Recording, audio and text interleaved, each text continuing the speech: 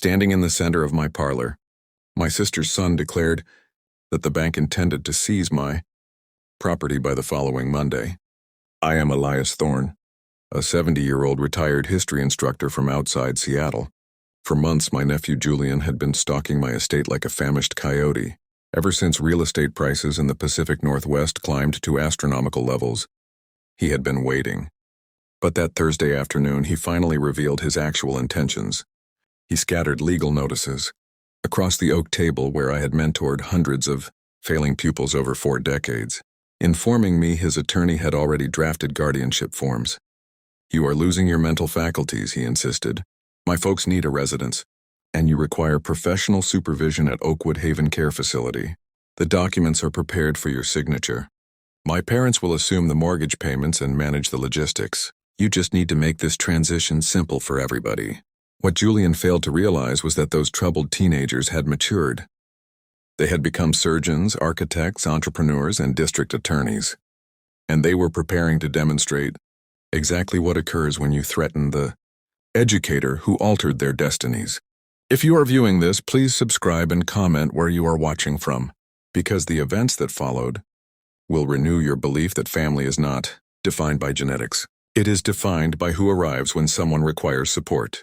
By Monday morning, my silent avenue looked like a showroom for high-end vehicles, and Julian was about to receive the lesson of his life. Julian had been disregarding me for 2 years, ever since his parents encountered debt and lost their townhome in Bellevue. From the start, he made it obvious he did not view my career as significant. "You were merely a school teacher," he would remark whenever his mother requested he show me courtesy. "You survived on a civil servant's wage. My father constructed a genuine corporation before the market crashed." Julian saw only what he desired to see. An elderly bachelor driving a 10-year-old sedan, shopping with coupons, surviving on a modest pension. He saw the unpretentious brick home I had inhabited since the 90s. 3 bedrooms, 2 baths, decent square footage on a leafy lane that had surged in value. Properties on my block were listing for over $1 million.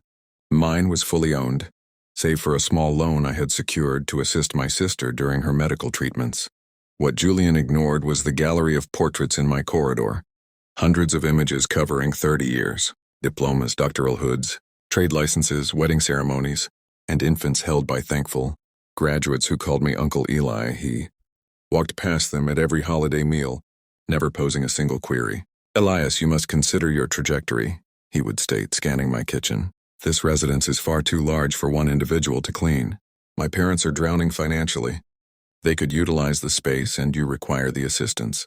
His mother, Karen, my elder sibling, would cast anxious glances across the dining spread. "Julian, that is disrespectful. I am simply being pragmatic, Mom.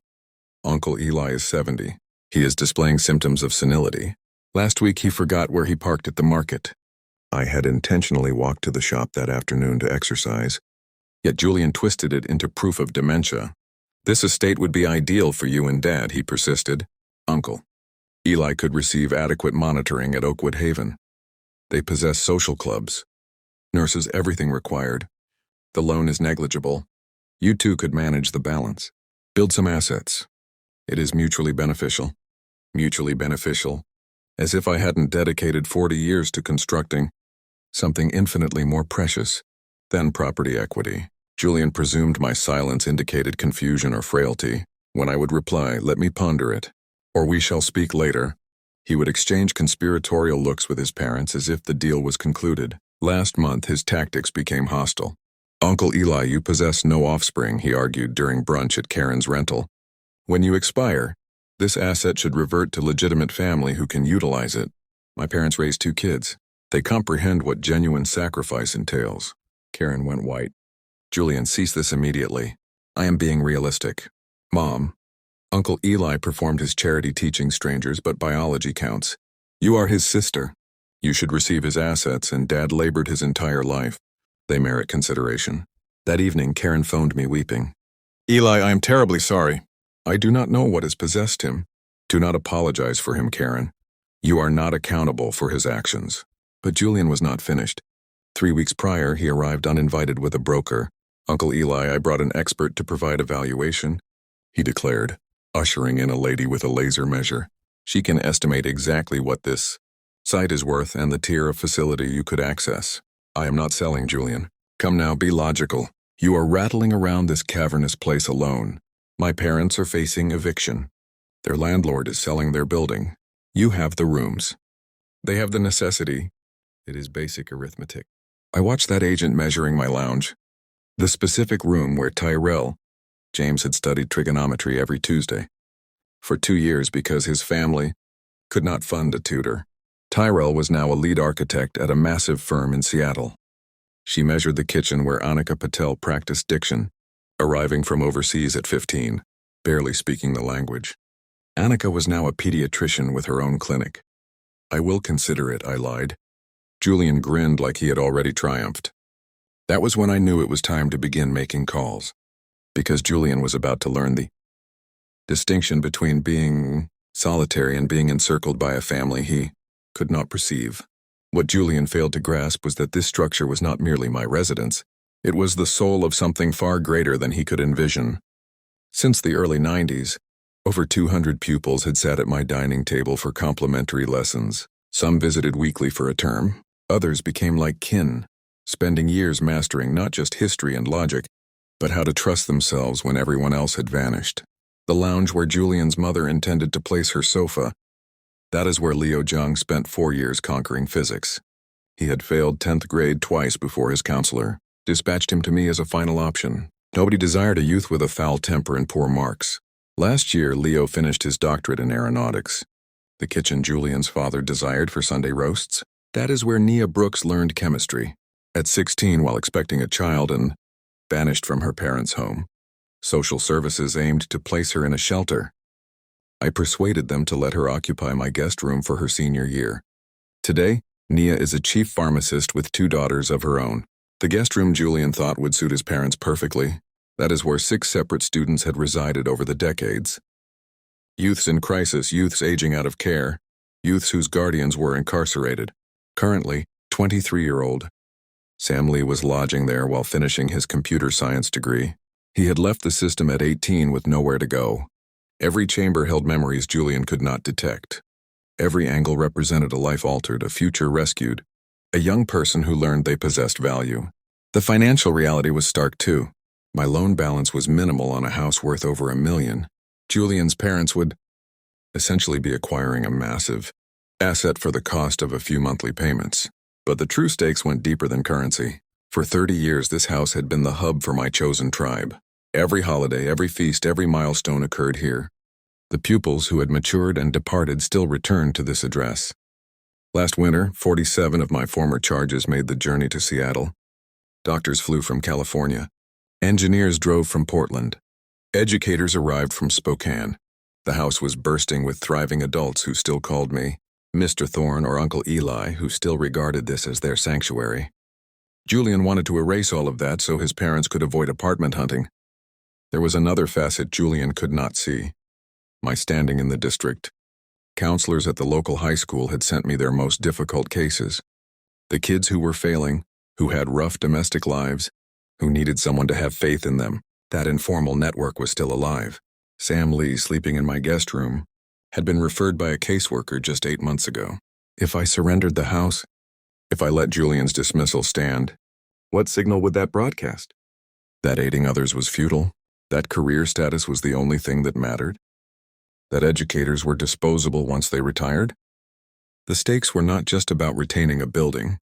They were about shielding a legacy, defending the merit of education, and proving that some things matter more than market value and inheritance rights. October 19th arrived like any typical Thursday.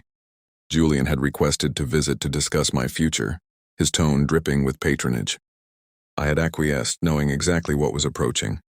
He arrived at 2:00 with his parents and a woman he introduced as Patricia Vane, a case manager from the Senior Assistance Center. "Uncle Eli," Julian said, his voice adopting that slow cadence people use with toddlers. "We must have a frank dialogue about your living arrangements." Karen looked nauseous, her eyes avoiding mine. My brother-in-law, Bob, a beaten man who lost his firm in the recession, stared at his boots.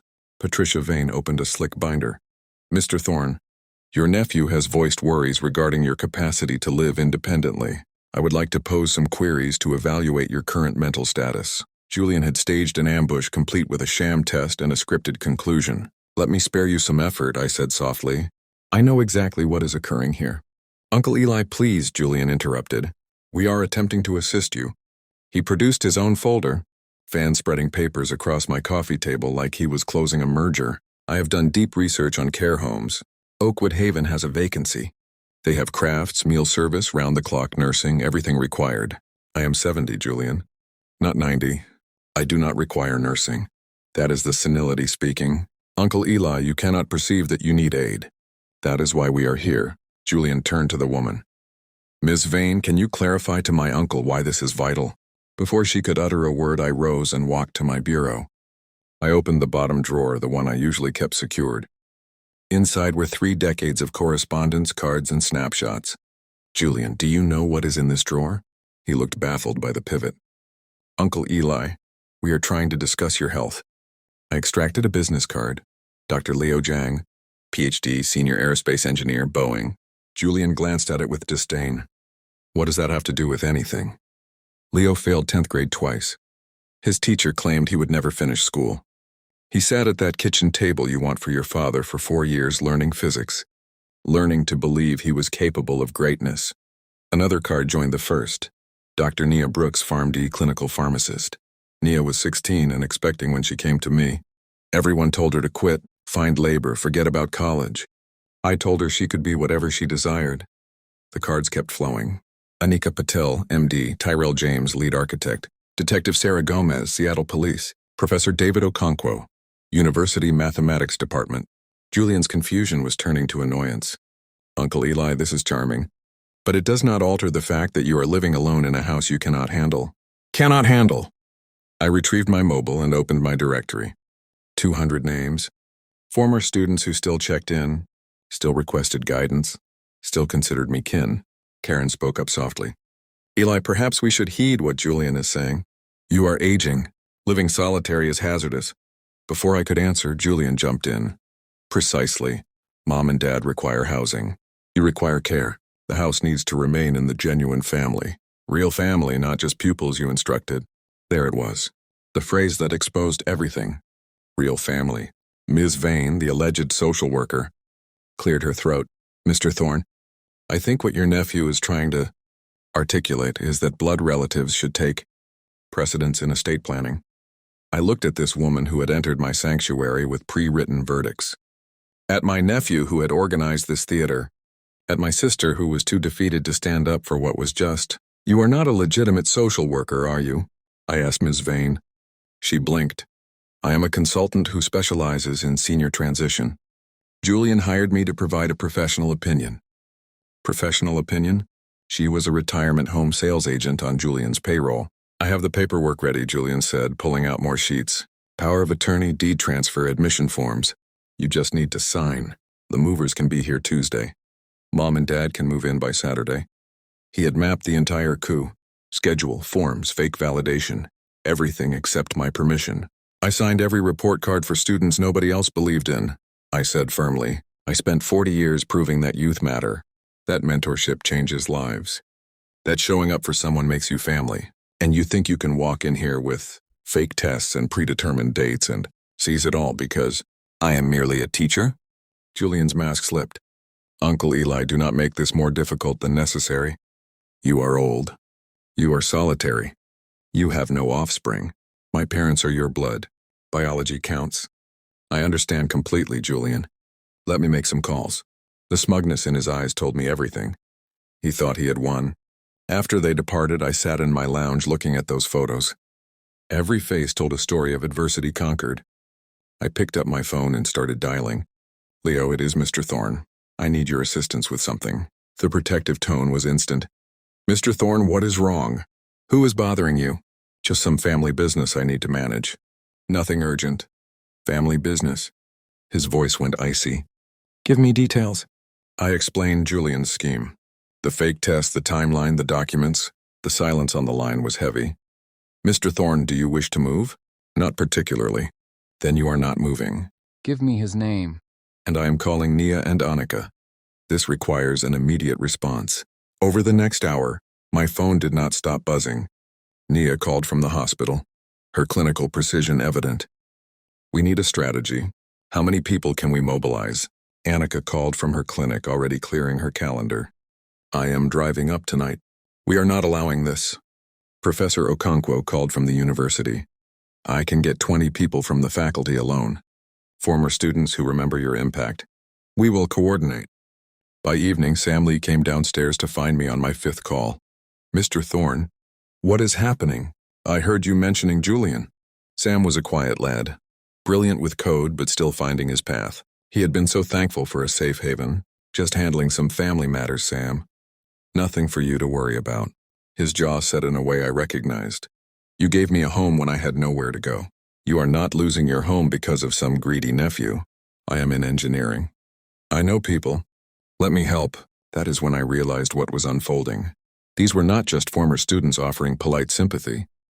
These were adults who considered me family, who were coordinating a mission with military rigor, who were not going to let anyone steal the place that had saved them. Friday evening. The first vehicle arrived.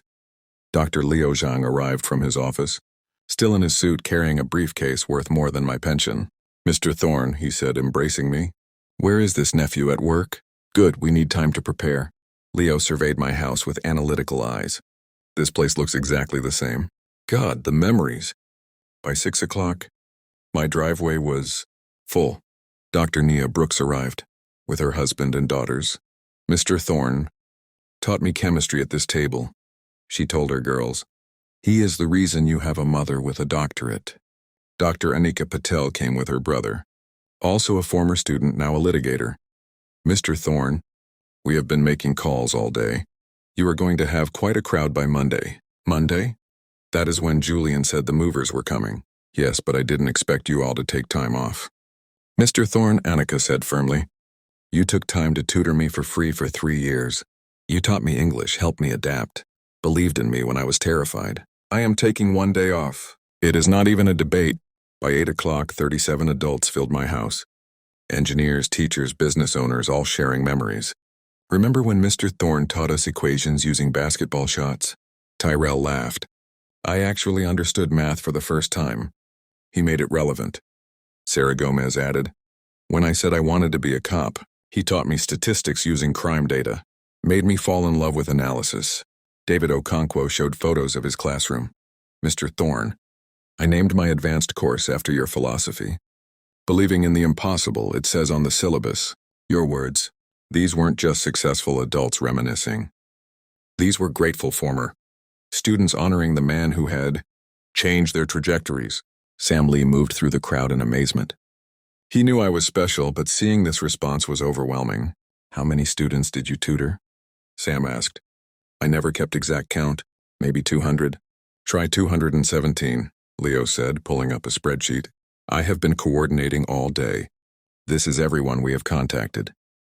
217 confirmed with more calling in. As the evening progressed, the talk turned strategic. So what is the plan for Monday? Nia asked.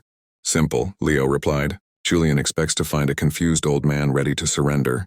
Instead, he will find 200 adults who consider Mr. Thorne family and this house sacred ground. What time do the movers arrive? Anika asked. 9 in the morning. Sam checked his laptop. Perfect, I am coordinating parking. We will need the entire street. Sarah Gomez, the police detective,